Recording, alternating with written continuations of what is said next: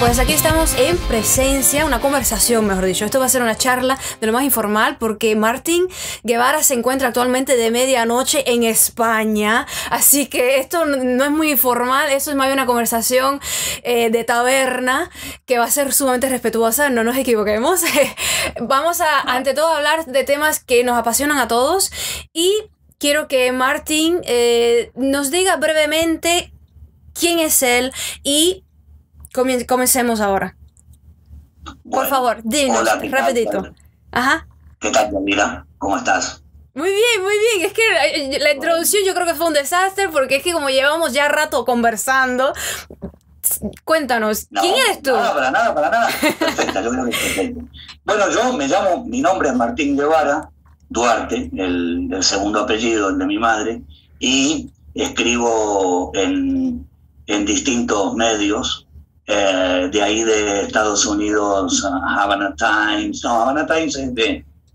está en Cuba mismo. Ya. Café Fuerte, Martí Noticias, en Radio Martí, de Argentina, Infobae, bueno, y en distintos sitios. He publicado en el Herald, el Miami Herald en español, en el Heraldo, y en Suecia, Japón, etc. Tengo 2 libros, este está en inglés, pero se llama La sombra de un mito, Shadow of a Myth, y Triángulo Guevara, que es el más reciente.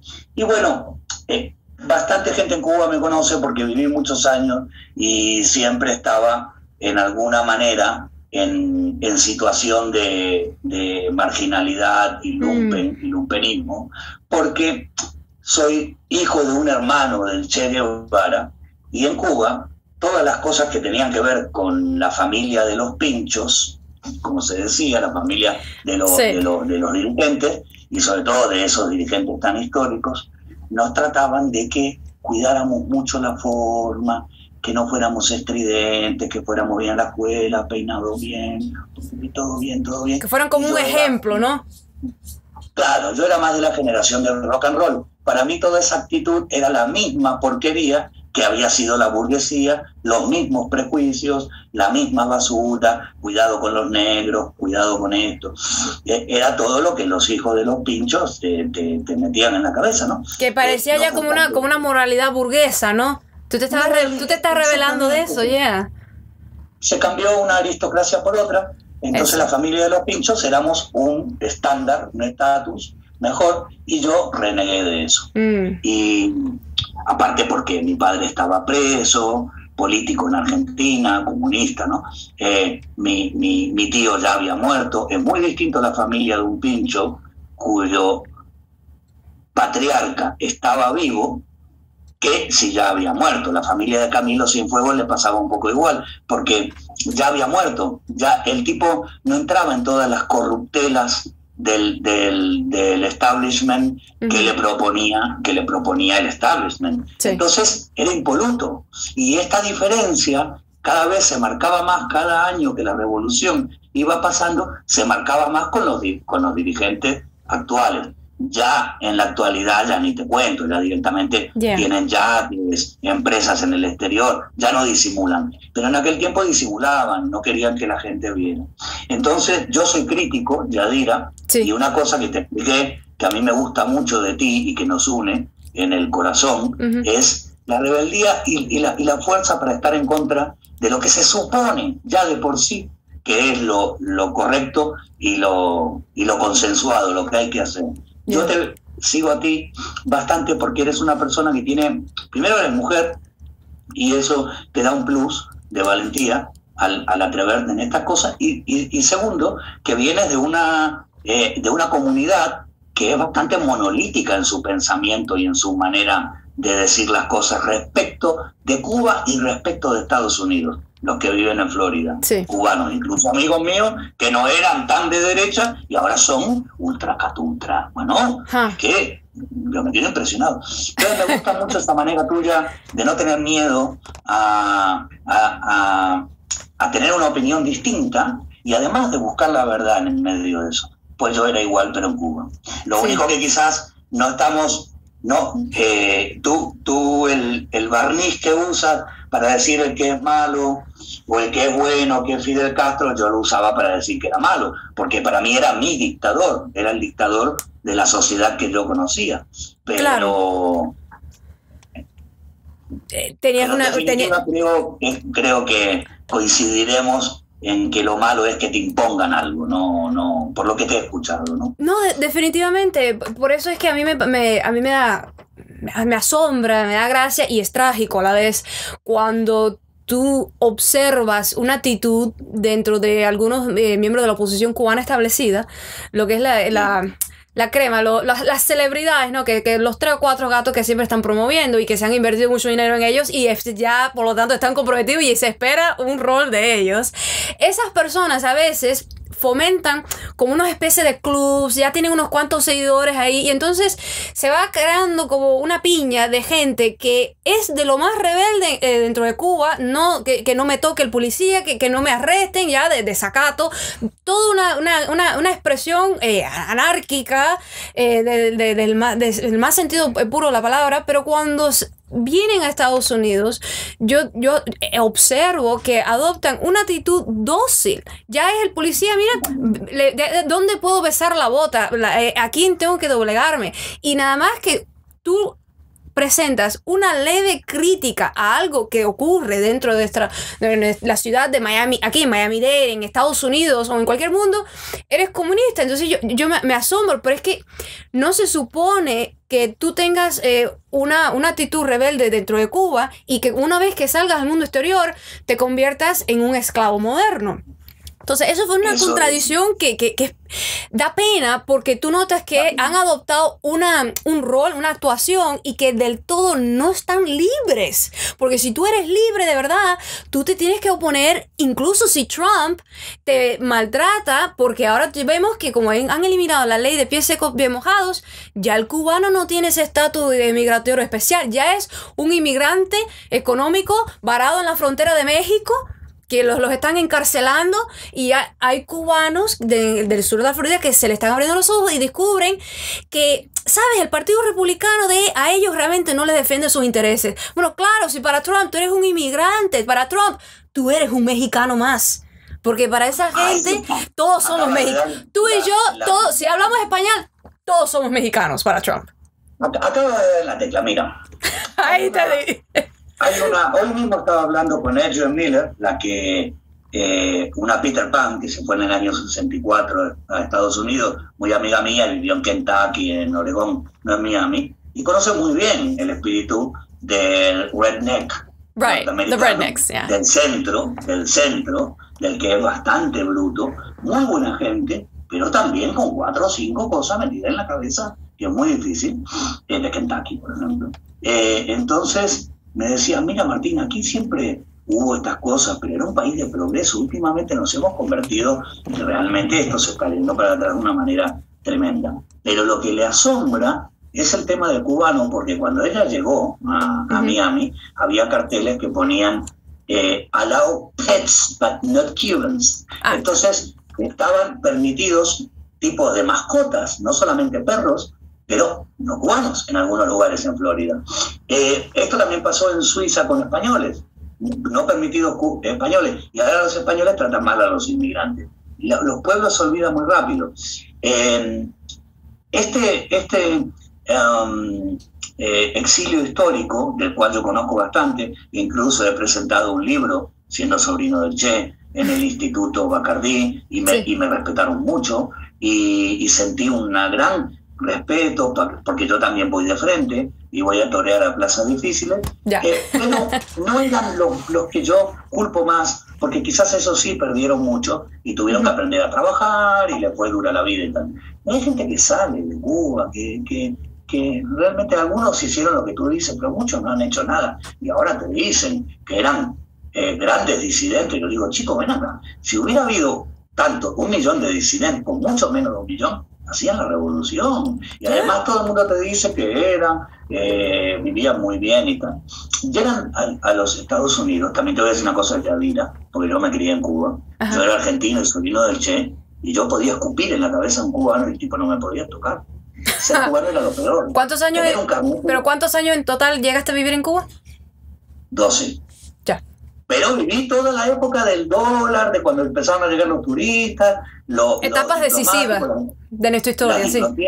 Entonces la diferenciación que se hacía con un cubano, el cubano era el último orejón del tarro. Iba un mexicano bruto, analfabeto, por una semana a pasarla en Varadero y estaba con la hermana de mis amigos y disfrutaba de toda Cuba, y el cubano no podía comer langosta, no podía ir a esa playa, no podía pisar nada, no podía tomar ese ron, ni nada. Entonces el cubano sentía que en su país era un paria. Cuando conocen los derechos en Miami, por eso también mucha gente defiende de una manera que muchos no entienden a Estados Unidos, porque el cubano dentro de Cuba, el que no era hijo de comandante o de director de empresa o tal, sí, era el último orejón del tarro, el último, no podía entrar a un hotel, no podía entrar tal.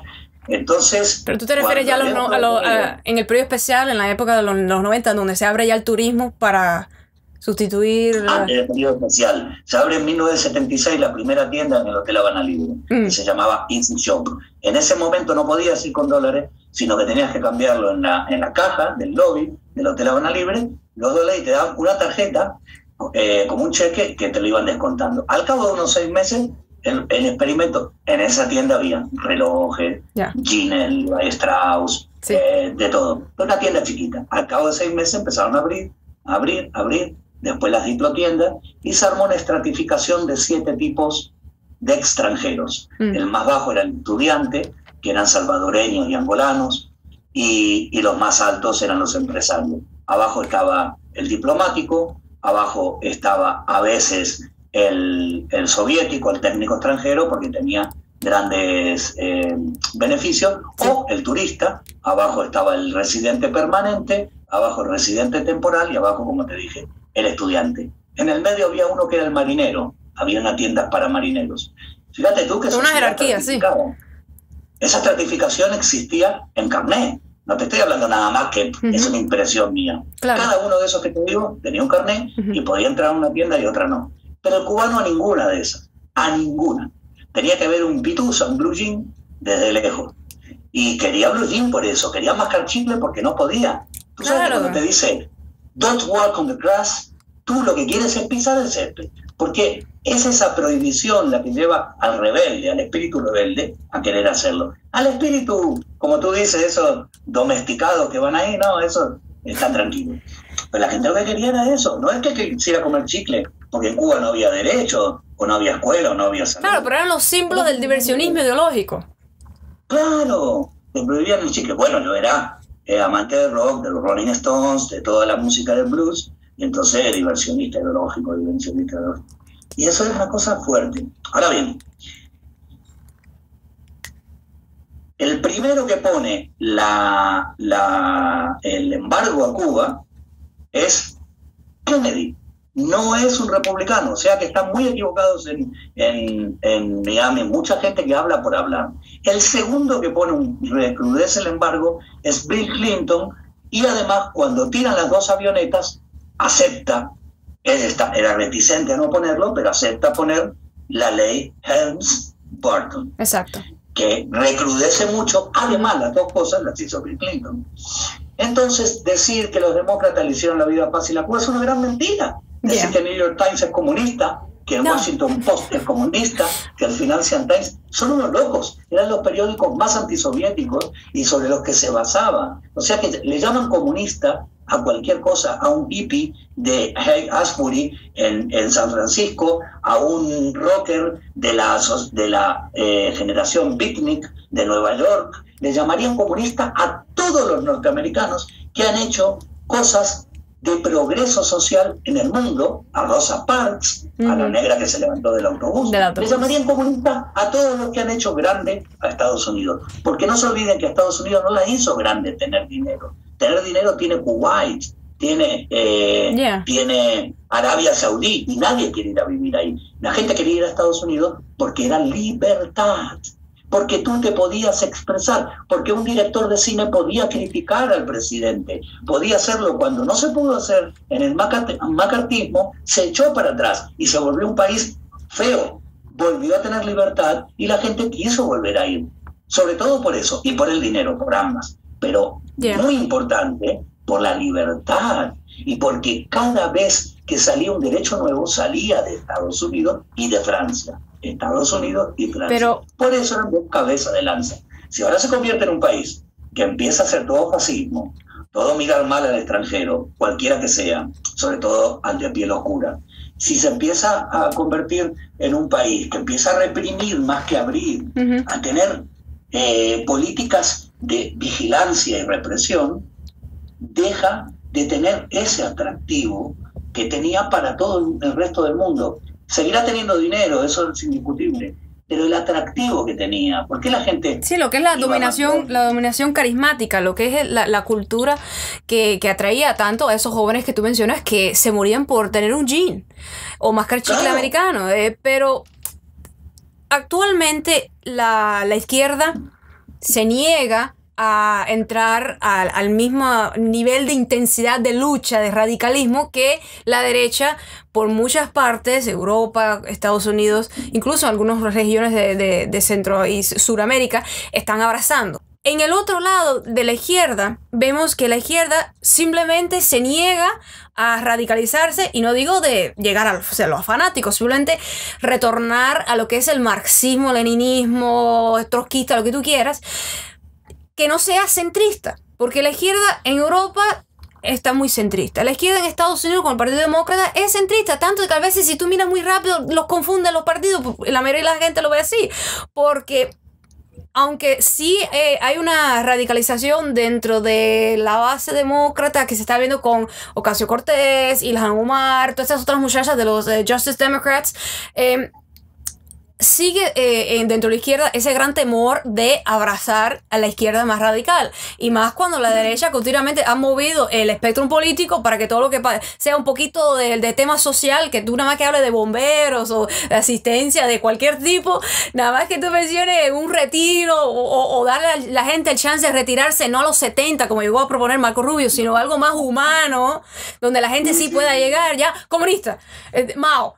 Pero el problema está en que después de la muerte de Che Guevara, en lo que es mayo del 68, se comenzó a utilizar la imagen de Che como algo, ya un símbolo casi romántico, que en la mayoría de los casos hemos visto es defendido por jóvenes que no leen en sí los textos más profundos de lo que era la lucha de Che Guevara.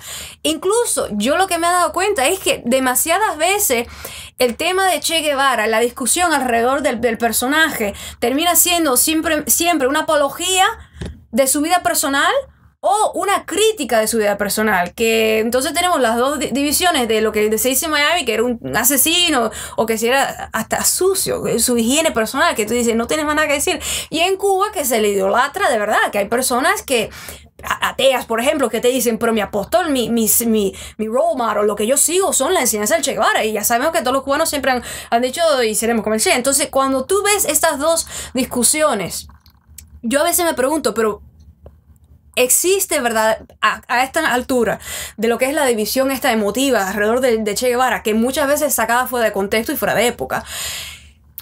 Tú que estás emparentado con él, que eres el sobrino de Che Guevara, ¿tú crees que es posible para un joven de hoy en día, que ya se ha criado con mucha carga emotiva de propaganda, para aquí y por allá, descubrir la verdadera, el verdadero, lo que es la herencia de su legado, de lo que era su plataforma política, su propuesta política?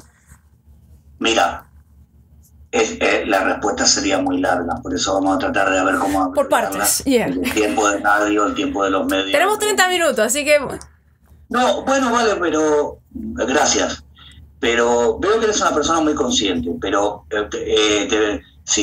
tengo un hijo de 16 años, no de 32. El de 16 está leyendo desde Marx hasta Bakunin, Mao, Bakunin que era anarquista, Trotsky, todo. Vamos a ir a Vietnam a ver lo de Ho Chi Minh, que él quiere conocer, es un amante del comunismo. Yo no, yo soy un socialdemócrata, de esa izquierda justamente que tú criticabas, que yo la encuentro bien por eso, porque el centrismo, que yo no lo llamo centrismo, como yo no me llamo ateo, yo soy lo correcto, lo incorrecto es el que crea en sí. Yo sé que tú crees, y yo sé que tú estás contra el aborto y eso, No, yo no tengo, bueno, en lo personal, pero la gente que coja. Contra los movimientos gay, LGTBI, que tienes una cosa así, y a mí me parece bien, porque que seas libre, que no tengas que circunscribirte a un cuadrado que te mete en la cabeza y ya tienes que aceptar todo lo que te dieron por pintado en ese cuadro. Quédate en esa gaveta. ¿No? Yeah. Vale, otro día hablamos de eso. Otro día hablamos de eso. Ya te voy a responder lo que me dijiste. Entonces yo soy muy, después de reflexionar mucho, haber leído los clásicos y entender que la gran mayoría de las cosas de la sociedad de hoy las encuentras en Marx, en Karl Marx. No hay que, no, basta de mentiras. El tipo descubrió todo. Que sigue diciendo lo que hay en la bolsa de New York, todas las maneras que nos están mintiendo y esquilmando y sacándonos el dinero. Sí. Lo que pasa es que nosotros somos una franja. Hoy la globalización ha hecho que estos medios, estas cosas que podemos hacer tú y yo, sean una clase media que, aunque sea consciente, no deja de ser contestataria y no deja de ser irreverente e iconoclasta, pero no más que eso, no revolucionaria. Las grandes gente que están sufriendo están en situaciones que esta comunicación no la pueden tener. Hoy nos han dividido verdaderamente en el sistema triunfó cuando dijo, hoy, a ver, esto que te hablaba antes de los hippies que se reunían en una plaza que se llama Haight-Ashbury en San Francisco, y también los gays se reunían ahí, cuando dijo, están generando unos problemas esta gente. Tocaba un grupo que se llama Mamas and the Papas, y a la misma vez que los Beatles y los Rolling Stones, y habían empezado a tener una ideología de verdaderamente desafección al consumo y al sistema. Sí. Y dijeron, el sistema es más inteligente, vamos a vender discos de ellos, metámoslos en el sistema, hagámoslos ricos. Y ahí es cuando Billie Holiday iba a decir, esta chica tan dice, oh Lord, won't you buy me a Mercedes-Benz, my friends all the Porsches, I must make amends, what whore am I Latin, no help from my friends, so Lord, won't you buy me a Mercedes-Benz, everyone. Y empieza a ser como se empiezan a dar cuenta que los están comprando con dinerito, con cositas. La chica se llamaba Pearl, es la perla del rock and roll. Ahora se me olvidó el nombre, la pelirroja judía que murió en el 69, creo. Y se dan cuenta, pero ya era tarde, ya los compró, los tragó el sistema. Lo mismo pasó con la izquierda. A la izquierda se la tragó el sistema. Ahora está defendiendo causitas. Una ballena, los gays.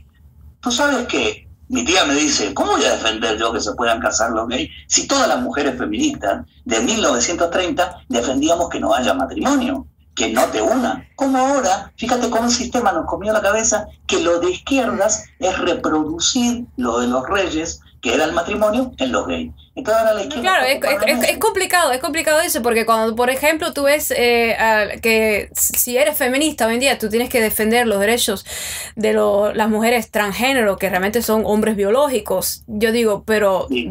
Entonces nosotras las mujeres hemos terminado defendiendo el derecho del hombre. No estamos defendiendo entonces las mujeres, porque si permitimos que los hombres se pongan una falda y vayan al campo de pelota y compitan con nosotros, obviamente su fuerza masculina nos va a vencer de nuevamente. O sea, hombres, quédense dentro de su bando, que yo voy a defender los derechos de la mujer. Es una mujer fuerte. Tú eres una mujer fuerte, yo no te veo a ti victimizándote. Tú no te pones a llorar, tú vas en contra de las cosas. Basta de victimizarse. Las feministas que han llevado al siglo XX, como Simone de Beauvoir y todas las feministas. Sí, el original. Desde la cultura, lo han hecho desde la fuerza. Ay, pobrecita, no puedo hacer nada, denme todo hecho. No, ¿qué es eso? Eso, tú tienes que, si te dicen la mitad de mineros hombres, la mitad mujeres, tienes que decir sí, porque si no, después no puedes pedir ser directora, no se puede pedir ser general sin ser soldado.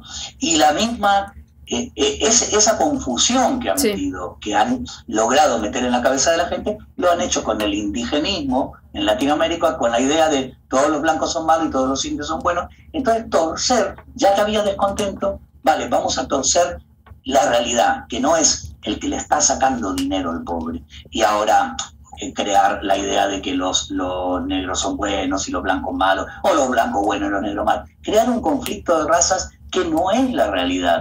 El mal no está en una nacionalidad y el bien en otra, ni en una raza, ni en un género. No, el nacionalismo étnico es peligroso, venga de cualquier raza que venga. Venga de cualquier raza que venga. Claro. Es peligrosísimo. Peligroso, sí. Si te sientes víctima, como victimario, porque las dos cosas después te autorizan a tener superioridad moral de algún tipo, o material o moral. Y ninguna de esas es correcta. Nos han tergiversado mucho. La izquierda sigue siendo la que tú mencionaste. Retornar a esos, el que quiera ser de izquierda. Yo tengo claro que yo comunista no soy, porque lo vi, porque creo que el hombre, porque me gusta el hedonismo, me gusta disfrutar. Qué sincero. No, soy sincero. Gracias. Soy sincero. Pero soy muy solidario con todo el mundo desde una comodidad. Claro. Y si me falta esa comodidad, ya no puedo preocuparme por el otro, voy a preocuparme por mí. Entonces prefiero tener cubiertas esas necesidades para poder preocuparme por los demás. Y en ese sentido yo creo que la izquierda empieza a lo cortico, como decíamos en Cuba, entre tú y yo, no ir a salvar al niño de África. Si yo a mi hijo no lo atiendo y estoy hablando de que voy a salvar al de África, al final no se salva el de África y el mío termina siendo un delincuente. Entonces hay que empezar a lo cortico. El gran discurso del feminismo, no. ¿Cómo trato yo a mi novia? Si yo le digo cállate la boca, si yo le digo oye ven para acá, vamos para allá esta noche, eso no, esos pequeños micromachismos hay que empezar a transformarlos y no oponerme, porque la mujer en África le cortan el clítoris. No, yo también en mi casa le corto la lengua a la mía, si no me fijo mucho y si no soy centinela de mi propio fascismo, de mi propio derechismo y de mi propio machismo, porque todos tenemos un poco. Si no somos centinelas de eso, o si no, en algún momento nos empezamos a creer que ya estamos más allá del bien y del mal. Claro, no, eso es verdad. Hay veces que ya basta de discursos en las tarimas gloriosas de un país lejano. Si uno es verdaderamente revolucionario y quiere una moderada forma de justicia social, uno puede perfectamente ser un actor para llevar a cabo ese mejor mundo por unos mismos. Pero tú hablabas de una Cuba que naturalmente, como tú te encontrabas con ese apellido de Guevara, te encontrabas con cierto privilegio dentro de la sociedad cubana y que notabas que había un contraste con las personas que se encontraban privadas del acceso a ese confort material. Pero por lo general, cuando hablo con personas de 40, 50 años, los cubanos suelen tener una imagen un poco romantizada de aquella época, lo que es los años 60, 70, incluso a principios de los 80, porque se ve en las redes sociales cuando las personas comparten muñequitos rusos, literalmente juguetes rusos, y que hoy en día incluso los jóvenes, más jóvenes que yo, de 30 para abajo, todos tú ves que tienen cierta queja cuando escuchan a los mayores, se quedan así medio resentidos de que, bueno, sí, a nosotros no nos tocó vivir esa Cuba. Y cuando yo escucho ese lamento, esa queja, mayoritariamente yo diría que hay como un lamento de la pérdida. Para resumir, la impresión que ha causado de mí es que en esa Cuba había mayor inocencia, por lo general. Cuba estaba más apartada del mundo. Todavía tenía como su dimensión paralela y había más igualdad. O sea, porque aunque tú por tu vida particular, tú conociste esos contrastes, pero para la población general no habían estos contrastes de economías que se ven hoy en día. Vale, cuando termine te digo por qué. El problema es que a esta época a mí me votaron de Cuba, el comité central. ¿En serio? Mantenía junto con mi familia, porque ya estaba, que decían, un Solino el Che no puede estar por ahí todos los días alcoholizado y criticando todo. Yo te soy sincero, no estoy guardando nada, porque tú viste que la gente se quiere hacer los valientes, los disidentes. No, yo digo la verdad. Mi forma de disidencia era el lumpen, el orgullo de ser marginal, el orgullo de decir, yo no quiero trabajar, yo quiero rock and rollear y emborracharme. Sí. Ese era, y tenía una noción filosófica armada en cuanto a cómo el trabajo nos ha destruido y nos ha convertido en clases sociales, a la vez que, como decía Engels, nos desarrolló y nos sacó de mono para convertirnos en hombres. Las dos cosas hizo. Nos desarrolló el cerebro, pero también desarrolló la maldad y la estratificación social y la explotación. Entonces siempre fui contrario a eso. Ya hace años no. Ya hace 20 y pico años pago mis cuentas. Digo, bueno, voy a seguir siendo intelectualmente así, pero no puedo seguir estar reñido con el mundo porque casi muero de tanta droga, tanto alcohol, tanto sexo y rock and roll. Entonces dejé todo eso y empecé a vivir una vida un poco más ordenada. Sí, ordenada, pero sigo escribiendo y dándole importancia a las cosas de la rebeldía, no como yo la tuve, que era demasiado inútil, no conducía a nada, era como una queja, como un grito, ¿sabes? Sino que conduzca algo. Ahora bien, lo que pasó fue que después de lo que yo viví, vino el periodo especial, amiga. Y con el periodo especial fue un nivel de economía de guerra. Había gente así con toda La Habana, así de blanco.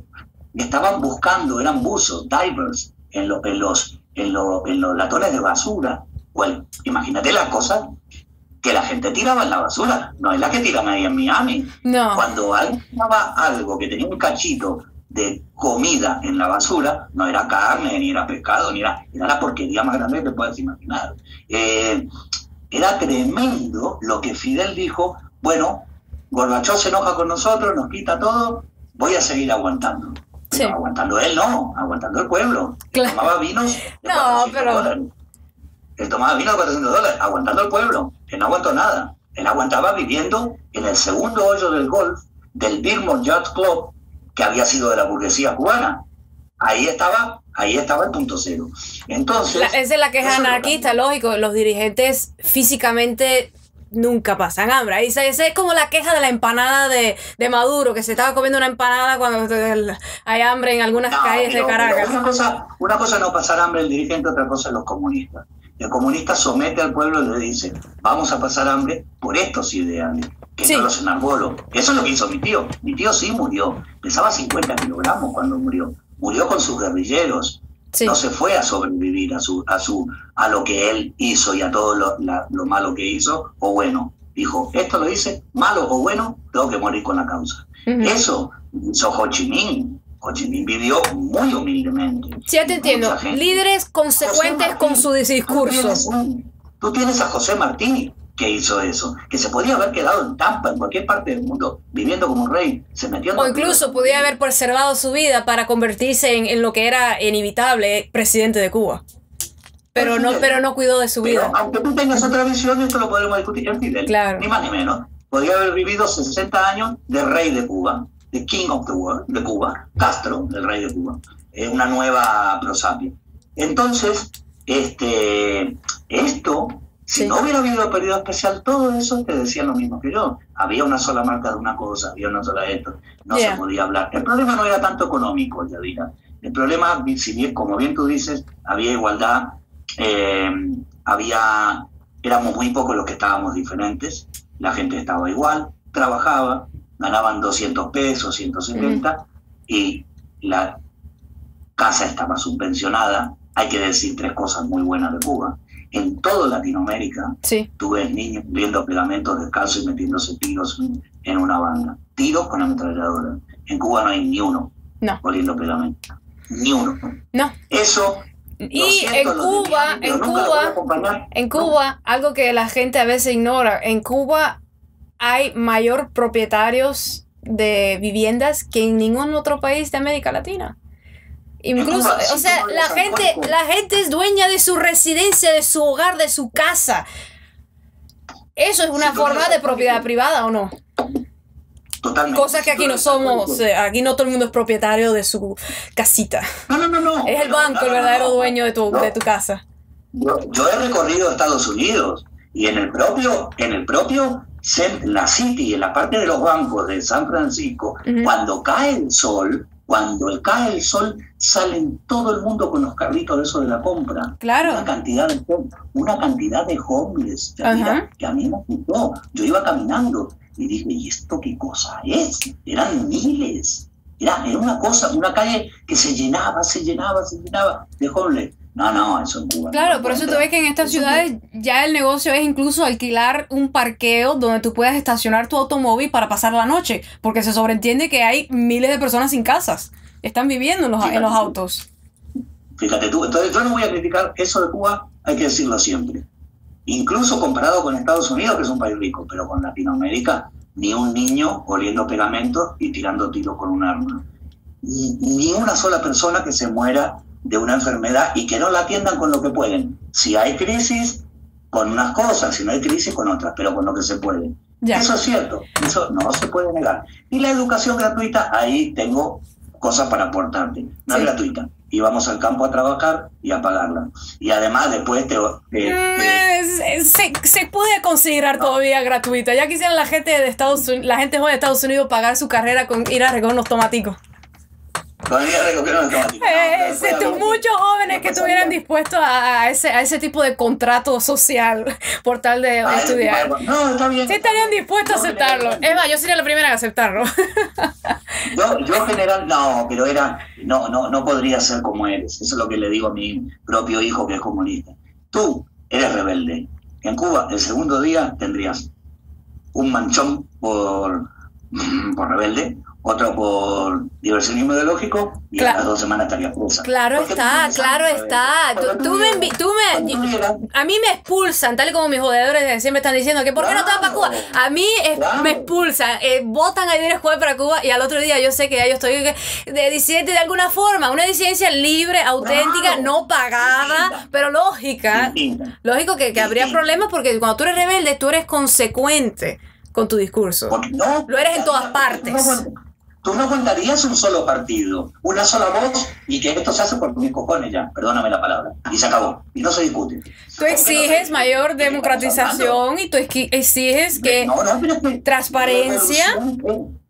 Revolución era el mayor sinónimo de democratización. Claro. Todo el mundo en Cuba acompañó a Fidel a luchar para restablecer la Constitución de 1940, no para que él se quede con todo ahí y diga, a partir de ahora lo que yo digo, y yo soy el caballo. Si él llega a decirle eso en la tierra, a la gente no lo acompaña. Ese es el viejo debate. ¿Era Fidel auténtico o engañó a la gente? Él cambió su camino. Eso de nuevo es otro tema, porque todavía estamos tratando de hacer una entrevista exclusivamente de Che Guevara y ya no nos va a dar el tiempo. Es más, yo estoy segura que... Vamos al Che. No nos daría tiempo. Sin dejar de decir una cosa, Fidel Castro Ruz es uno de los 2 o 3 personajes del siglo XX. Y cada vez que pasa el tiempo, se va a estudiar más como inteligente y como cómo pudo ser un tipo de un paisito así para poner al mundo. Por muchos que hayan unos cuantos señores exiliados de Miami que se hayan alegrado con la muerte de Fidel Castro, nadie podrá quitar a Fidel del pedestal donde la historia cubana ya lo tiene. O sea, nosotros ya es parte de la historia cubana.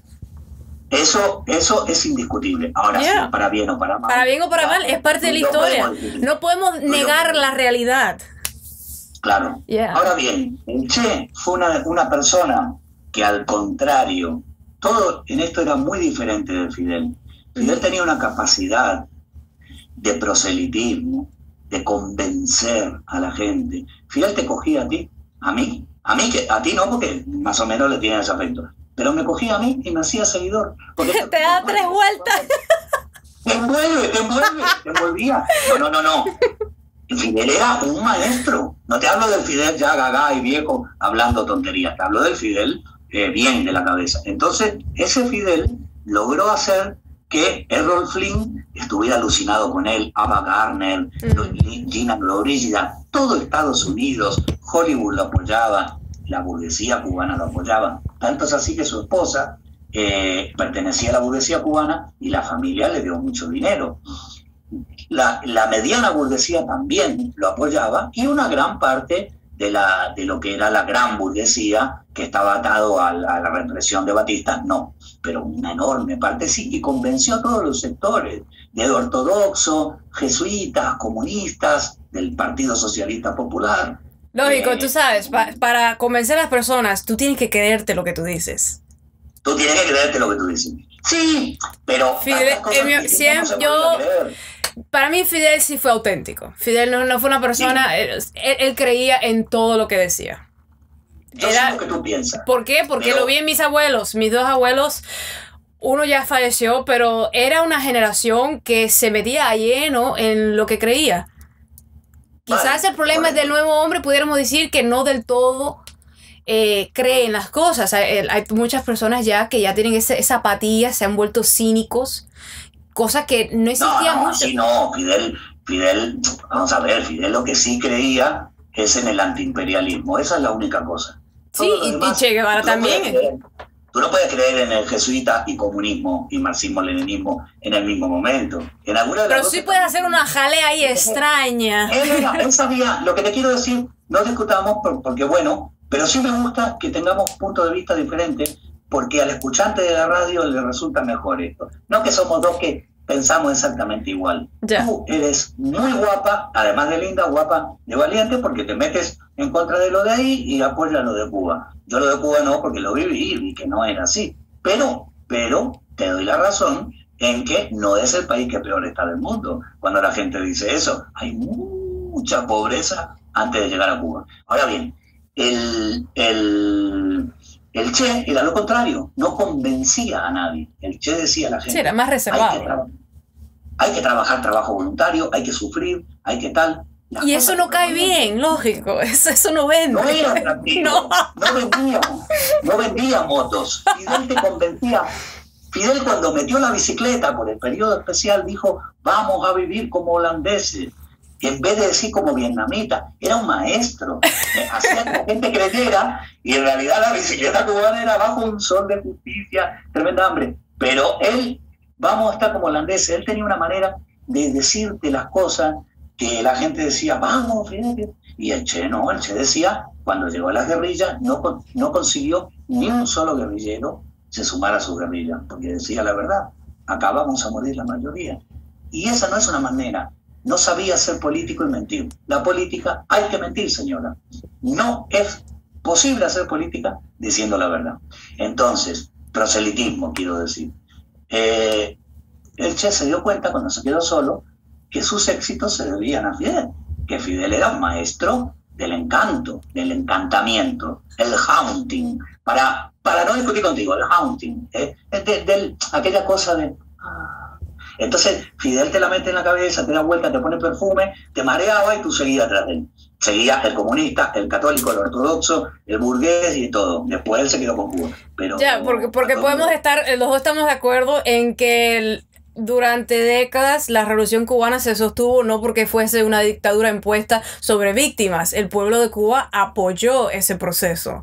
Porque el 99,9999. Exacto, eso es algo que cuando tú escuchas hoy en día todos los discursos de la oposición, pintan un panorama que tú dices, eso sería imposible, ni que fuera el pueblo más carnero del mundo. O sea, ninguna una revolución de esa magnitud no se sostiene tú doblegando la voluntad de millones de personas que, claro está, han demostrado ser todo lo contrario. Al cubano tú no le callas la boca. El cubano se va a misma España y se pone a estar gritando, el cubano con las redes sociales ha demostrado que hace papelazos a veces de lo rebelde, lo anárquico que es. El cubano no soporta el grillete, se faja, demanda, y eso es algo bueno para lo que es lograr la justicia social.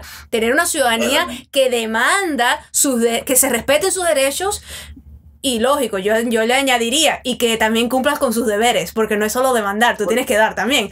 Entonces es absolutamente absurdo cuando se pinta la revolución, el proceso de revolucionario, como si fuera una cosa impuesta, cuando eso fue un proceso popular. Eso es una tontería. Claro. Es un país chiquitito así en el Caribe, no aguanta 90 millas de Estados Unidos impuestos, porque la primera vez que hubiera habido simpatía de Kennedy con eso se hubiera caído. No, hubo una oposición dentro de Cuba, en el Escambray hubo una oposición, pero esa oposición se acabó rápido cuando la sofocaron a balazos. Entonces el pueblo por primera vez podía estudiar lo que le daban los negros, estudiar.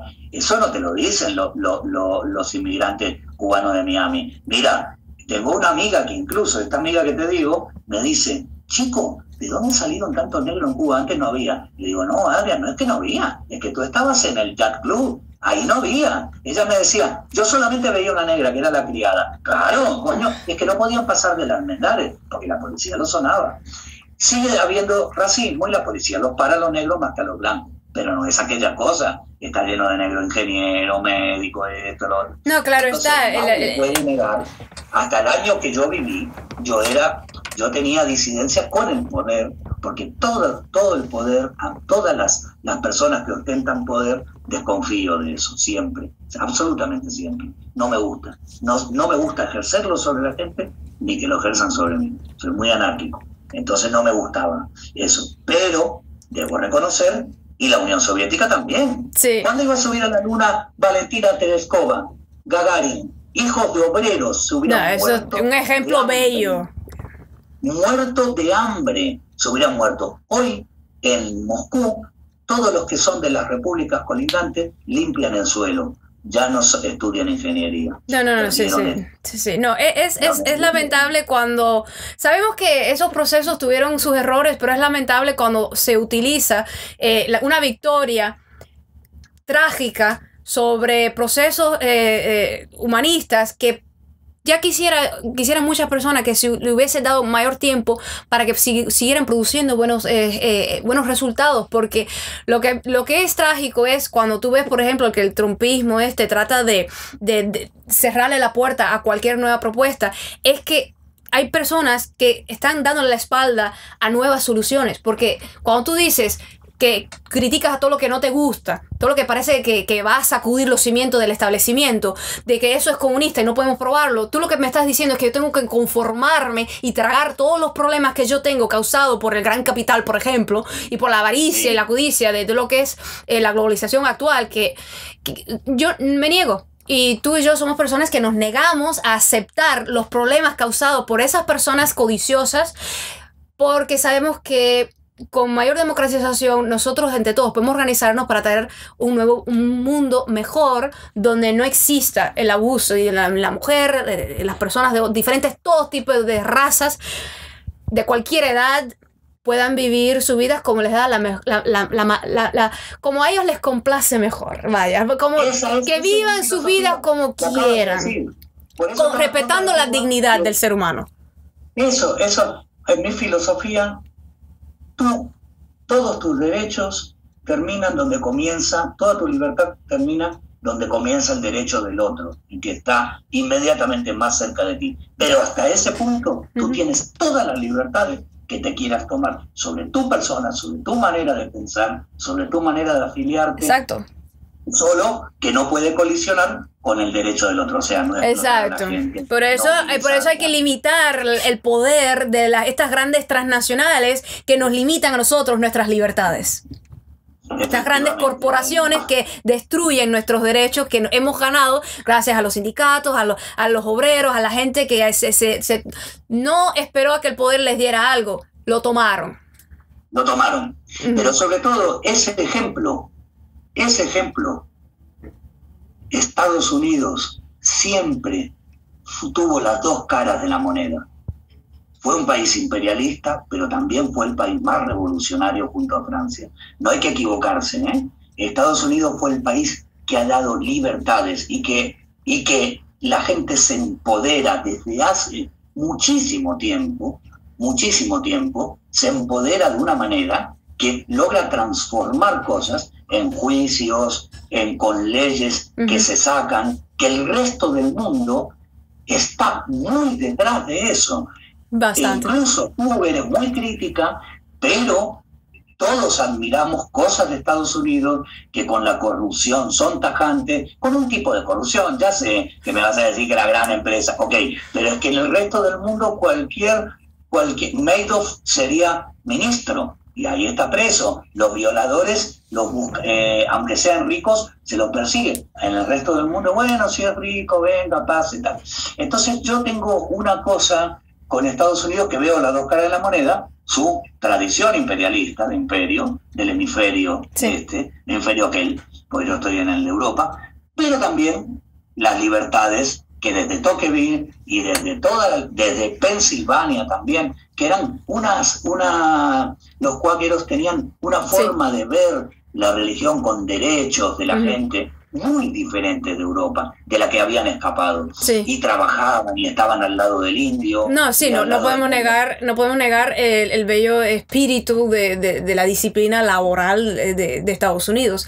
Pero esperemos que no exista ningún estado de excepción que nos quiten esos derechos. Martín, ha sido un gusto tenerte en el programa. Creo que hemos pasado el límite. Habrá que cortar algunas partes, no estoy segura, pero me tengo que despedir para ahora.